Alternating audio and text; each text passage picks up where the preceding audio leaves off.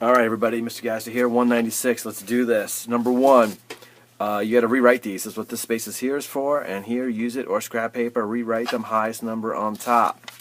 Like that. Few ways to do it. I'll do it this way. You got to realize, can I take 50 seconds away from 45? I can't, so I need to borrow. Here we go. I'll borrow from 39 minutes. That becomes 38 minutes. And I'll borrow not a 1, but I'm going to add 60 to it. I'm borrowing 60 seconds. 60 plus 45 is 105 seconds. Therefore, then I do the math. That is 5. 10 minus 5 is 5. 8 is 4. And that's 4 minutes and 55 seconds. Or the other way, the Bray way as we call it, would go like this. Oh, see, I made a mistake. Look at this. Sorry, I wrote that wrong. That's a 4,000 apologies. You would say, can I take 50 from 45? I can't. Therefore, you need to borrow. And in that case, you would go like this. What's the difference between these two? -5. What's the 39 minus 34? That's 5 minutes. So it's 5 minutes, take away 5 seconds. Answer, 4 minutes, 55 seconds. So that is 4 minutes, 55 seconds. Okay. And if you need more help with math, you should go to some of the other videos that I have up, such as 645 and 646 show the math, and 186 as well. So go to those, try to save some time here. So for this one, this is going to be, this answer you should have gotten 3 minutes and 35 seconds. This does not require borrowing, so 4 minutes and 10 seconds. This one here, oh, let's just do 5. Come on. We'll do it. It'll be fun. Where is it? Oh, I have it written out here. Always, higher number on top. Do the Bray method first. Can I take 30 away from 15? I can't, so there's some borrowing involved. Or so the difference here between 30 and 15 is 15 like this. And then 43 minus 36, maybe you need to do this and do that and realize that it is 7. So you have 7 minutes, take away 15 seconds, 6 minutes and 45 seconds. Okay, or the other way, where is it? The other way to do it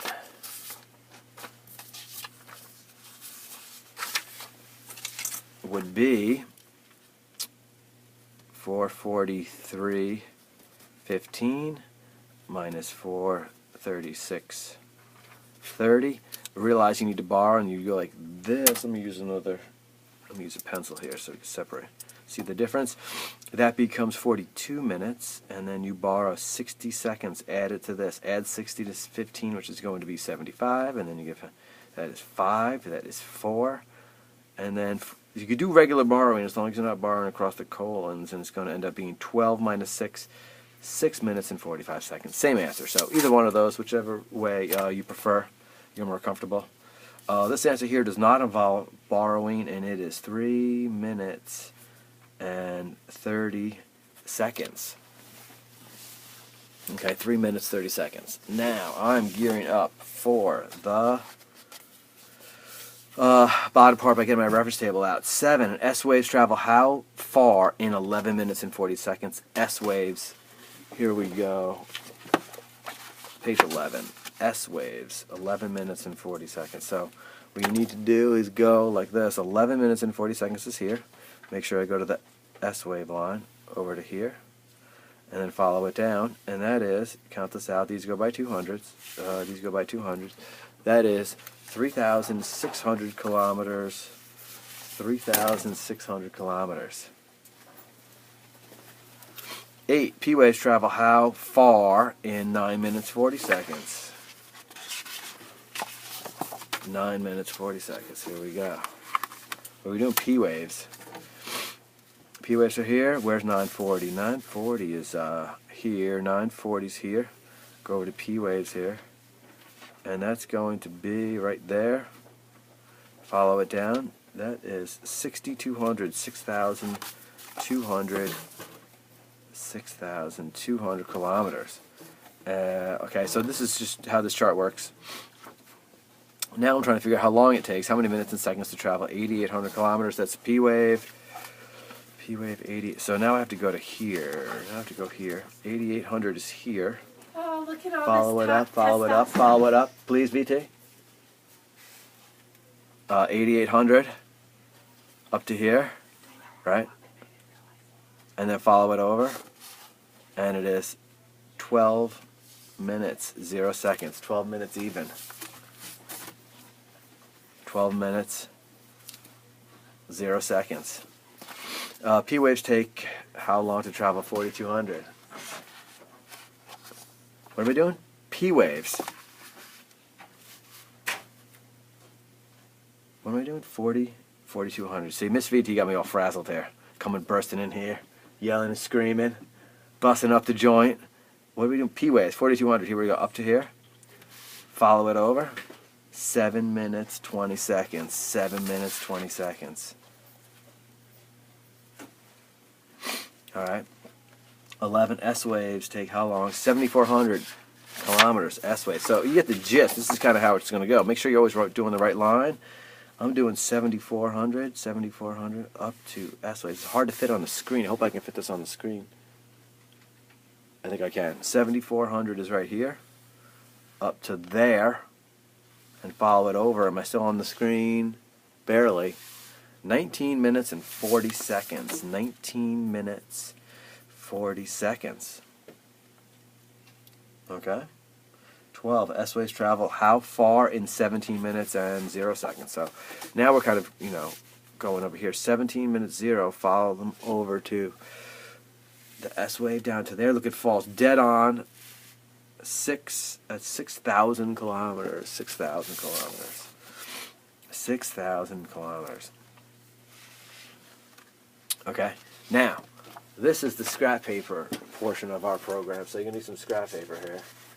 As I'm trying to grab some right here. Okay, so here we go. The S waves arrived 7 minutes and 20 seconds after the P waves. How far is the epicenter? So, okay, you got to be able to recognize that this is represent the distance, the time difference between the S waves and the P waves, and it's 7 minutes and 20 seconds. So what you want to do is, where is this gap here between the lines? 7 minutes and 20 seconds. So you go like this. You put a piece of scrap paper up here. You mark very clearly on the 0. Make sure you mark the 0. And then make sure you mark 7 minutes and 20 seconds, which is right there, right there, right there. And then see where it touches both of them. See where it touches both. And you got to kind of follow along. And this is where it gets a bit of a skill. I think you're going to get it right. Maybe right about there. Yeah, right about there. Am I on the page? I'm on the page.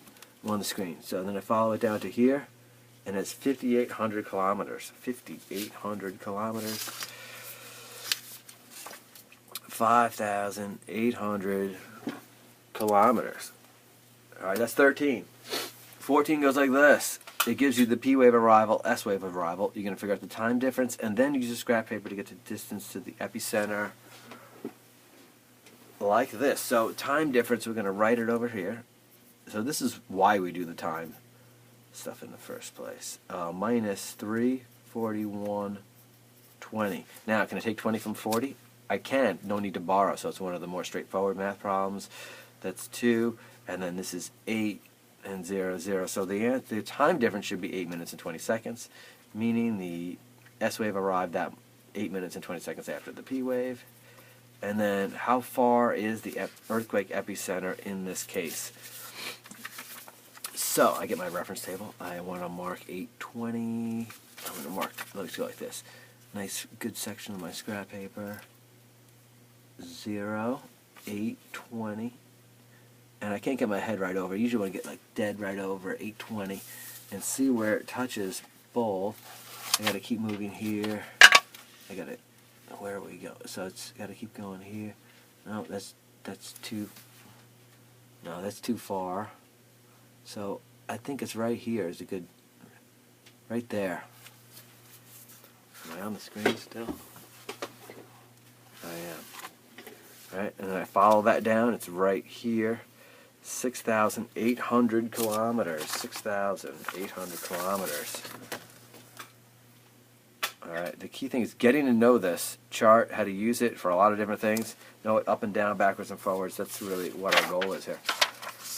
Okay, 15 and 16 and 17. Okay, 15. Time difference. Do the time math, and you're going to get, you should get 1 minute and 40 seconds. Okay, and then 1 minute and 40 seconds. So we're going to get some scrap, and we're going to do that 140. 140. 140. So where is that? It could be 1,000. It's a little shorter than 1,000. It's a little much for 800. So I mean, 900 is probably the best answer. But do you anything 800 or 1,000 is good. I think 1,000 is the best. I would probably write 1,000, but either one of those usually. So I like 1,000 kilometers, and you could say, you know, or 800 would also work. 900 would work. We usually just go to the nearest 200. Okay. 16. P wave arrives then. S wave then. Let's do the time difference. 6:47:20 minus 6:40:40. Okay. Can I take 40 from 20? I can't. I need to do this this Bray method here is what I'm going to do. The difference here is 20. And then here, the difference between 47 and 40 is 7. So it's 7 minutes. Take away 20 seconds. 6 minutes, 40 seconds. And then distance to the epicenter. Here we go with our scrap. What am I doing? 640. Mark 0. Mark 640. Like that. And then what am I getting? Here. Oh wait, here it's kind of past it. Maybe it's like, so yeah, it's like right there. Maybe 5,000. Is it 5,200? No, I think 5,000 is the best. So yeah, 5,000 is the best. 5,000 kilometers for distance to the epicenter. Okay. All right, and 17. This is a graph. Distance from the epicenter, close, far. Difference in the arrival of the P and the S wave. Notice when it's kind of close here, the distance is shorter. As you go further and further away, the gap gets bigger and bigger. So the graph should go like that. All right, that's more of a concept of just seeing how that graph works. Now, honor students need to do these. If you're not an honor student, I'm going to encourage you to do them. Try them. These are challenging for sure. I'm not going to give you the answers. Do it on your own. I do like when students try these, and you know, some of them are particularly challenging, especially the ones down here. Give it a shot. Again, not required for non-honors classes, I will say that. It is required for honors classes. So, I'm Mr. Gazda. This is 196 on behalf of all the people at GazdaHW Productions. Thanks for watching.